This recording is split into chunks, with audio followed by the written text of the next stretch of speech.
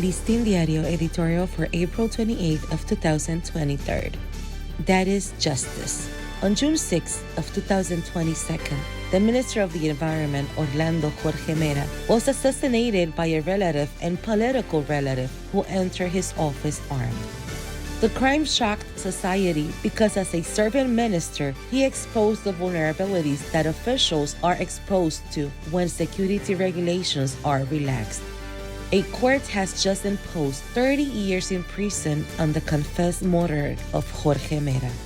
The sentence comes 10 months after the murder, which highlights the professional performance of prosecutors and judges in this case. It is, without exaggeration, a fair sentence handed down in law, but above all, in record time. The instructive thing about the sentence is that the murderer was sentenced before the crime was forgotten or new atrocities of that magnitude were recorded.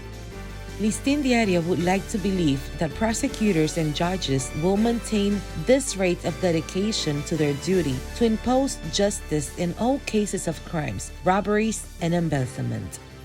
Do we have reasons to think that hundreds of feminicides, multiple murders, horrendous crimes under torture and detachments, robberies from the treasury, among others, will be sentenced at the same rate? This case in court, like the rapid investigation and arrest of the murderers of the child José Félix Camilo during an assault in Santiago, show that when there is interest, judges and police do their job. In most of the crimes that are committed in the country, the murderers act convinced that justice is so vulnerable that they hardly have to pay the sentence stipulated by law. Justice has been done for the treacherous murder of Orlando. That good diligence is lacking to condemn all criminals, even if their victims are not ministers. If we talk about justice, its best translation is that everyone be treated in the same way, but essentially without delay.